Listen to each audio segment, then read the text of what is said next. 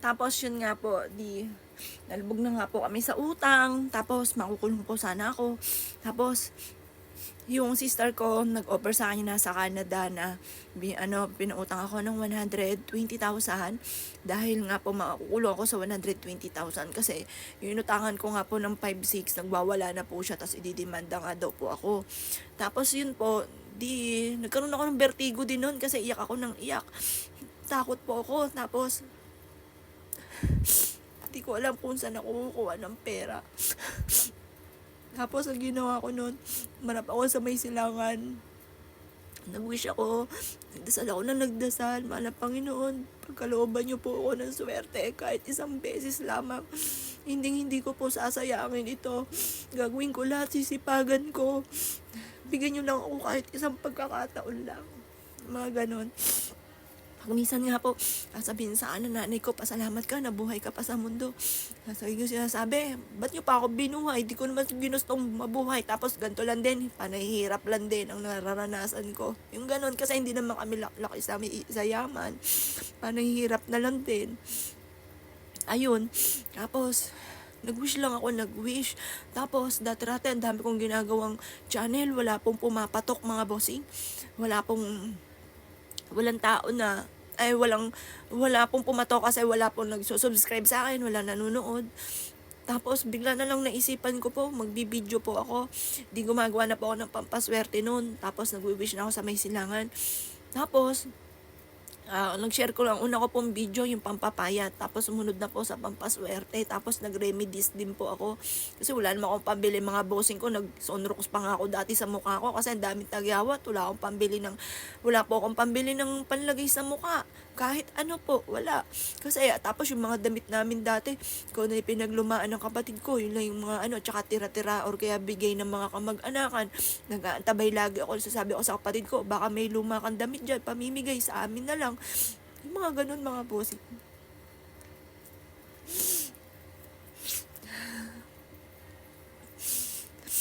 Ayun po.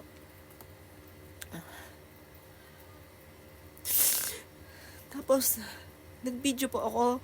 Nag-wish ako doon, tulungan mo ako, magkaroon ako ng sarili kong negosyo, magkaroon ako ng Tapos yun nga po, hindi ko rin po inaasahan. Nagsunod-sunod po, may mga nagpalo sa akin. Yun nga po, yung una, pa po ako sa mga sub to sub, ganyan. Tapos biglang, hoy, sis, bakit lumalaki mo, nagbayad ka ba? Yung mga ganun, nagdududa po sila kasi biglang lumaki kasi nagpaluan po yung mga video ko. Pero yung mga video ko dati, hindi ko pa po nasasabi yung mga nasa kalooban ko kasi nandiyan pa yung anak ko. Sa kanya lagi ko sinasabi, kaya lang ngayon wala na akong iba mapagsabihan. Wala na akong ibang mapagsabihan, kundi ito na lang pong camera.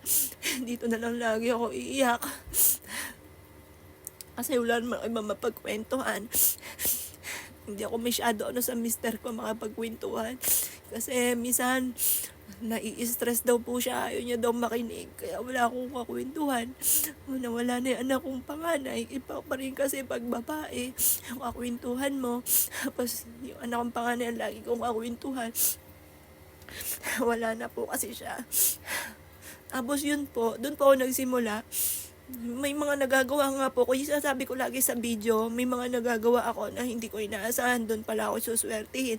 Or kaya, may tao na lumapit po sa akin, sakto nakaipon-ipon po ako ng pera. Pagtas may tao lumapit po sa akin, binibenta po yung bahay po nila, murang halaga lamang. Pinaganda ko lang po ito, tapos parang nagkataon po na kasi sa buhay naman natin, hindi ka lagi na mapera, yung mga ganon. Magkataon na parang lumaki yung gastos, ngayon, kailangan mong pera, binenta ko po ito, tapos nabenta ko po siya ng maganda. Hanggang sa nagsunod-sunod na rin po yan, bumibili po ako, tapos nabibenta po ng maganda, pinapaganda ko lang po siya. Yung mga ganun, mga bossing. Doon po nagsimula yung negosyo ko. May nagtatanong po kasi paano ako nagsimula. Sa ganun po ako nagsimula, pero ang pinakamayor po noon dahil wala na ako ibang makapitan. Parang feeling ko wala na rin tutulong sa akin kasi labis-labis na yung taong tumutulong sa akin. Labis-labis na yung naibigay sa akin. Wala na akong tutulong sa akin. Kaya nag-wish po ako kasi nagkaroon din akong vertigo. Ang mahal-mahal ng gamot sa vertigo. Ayun nga po, nagkaroon ako dati ng vertigo pero ngayon bumalik po muli nung nawala na yung anak kong panganay kasi sobra ako yung unang-unang sobra talagang nagdamdam ng gusto dahil yung anak ko pong panganay lagi ko kakwentuhan sa lahat. Siya po yung lagi kong kakwentuhan. Tapos siya kukwento rin po siya sa akin. Pero pagdating sa usapin nung siguro iniisip niya madadagdagan na naman yung problema ko kasi ang dami kong mga kinukwento sa kanya. Siguro ayaw niya na ako mamumblema. Kaso nga lang hindi naman tama, tuloy na wala na po siya. Wala na ako nakakwentuhan. Wala na ako na magpapayo po sa akin ng tama. Kasi may mga tao sa paligid mo, hindi naman maganda yung mga payo sa inyo. Or kaya minsan, basta sa anak ko lang ako nakikinig. Hindi ako nakikinig kahit kanino. Pati, kasi minsan, mali naman, pang sarili lang po nila yung kanilang mga payo. Sarili lang po nila yun. Parang sa kanila pabor, yung mga ganun mga bossing. Ayun po, doon po kami nagsimula. Yung mga iba pa po mga tanong doon, sasagutin ko na lang po siguro sa isang araw. Tapos siguro bukas ko na lang po bubulat-latin yung kasi kagaya po nung isang beses pagka dumating dito mga bossing ko yung boyfriend po dati ni Joelyn na kung natatandaan niya kasi sabi nung sige sabihin mo na lahat Joelyn, huwag na unti-untiin pa sabi po niya at sinabi ko na rin po ito sa video kung napanood po ninyo, sabi po doon daw sa bag kaya parang ayan sa bag yung iba pang mga sikreto po ni Joelyn. Ayan. Pero ang mga sikreto lang po niya, yung mga ganun nga po, yung mga kinain niya ng matatamis. Ayan. At saka yun nga po yun nga yung pinakalas, yung sa karamdaman niya na doon ko nakita na nakuha na pala niya. Siguro ayaw niya ako mag-aalala. Yun, kasi, yun nga po, sabi ko nga po sa inyo, nagkaroon ako ng maraming sugat, dahil mataas din pala yung sugar ko noon, ayun, pero ngayon, okay na po siya, peklat na lang, ipapakita ko nga po sa inyo, peklat na lang. Tapos, bumaba na rin po yung sugar namin, nami-maintain ko na yung katawan ko. Yun, okay na po. Pati yung sa anak kong bunso, kaya lang kailangan nandun pa rin yung focus, yung pag-aalaga, yung bati po, umihi ka na ba, uminom ka na ba. Dapat kasi, may bilang kasi mga bossing ko yung pag-inom ng tubig, at saka huwag kang magpipigil ng ihi, mga ganyan. Yun na lang alaga sa mga ganun mga bossing. Kaya gusto ko nga po, online na lang yung anak ko para natututukan ko. Kasi kagaya ng sa anak kong panganay, hindi ko natututukan. Yung pala, lumalabas pa po sila ng school. Yung pala, nakakain pa ng matatamis sa labas. Mantalang, kapag po kami, mga kinakain po namin doon, hindi naman yung sobrang tatamis kasi ingat nga rin po kami. Pero nakakalabas pa pala siya at nakakapunta sa mga, kasi sabik po yung gumala. Hindi po yung nakakalabas ng kami lang pong pamilya. Kaya nung na po, nag face to face, siguro kasi syempre yung mga kaklase niya nakakapasyal na magsulo kasama barkada kasi si Jovelyn hindi po ganun. Kami lang po talaga, kami lang po. Tama po may nabasa akong komento kaya lang minsan hindi akong babasa kapag minsan nasasaktan ako ganun. Pero pag minsan naman nagbabasa ako, pero pag nakita kong pangit na jump na ako ulit sa iba yung mga ganun po kasi. Ngayon po, sabi po parang yung aking video parang ginawa ko ng content, umikot na kasi wala naman ako magiging ibang content, kami lang kung ano yung buhay po namin, yun lang naman. May bossing ako nagpunta dito sa Miss Apple at kilala na kita kasi lahat ng mga nangyari sa'yo kinukwento mo sa sa social media, sa camera. Opo, totoo nga po yun, totoo po yun.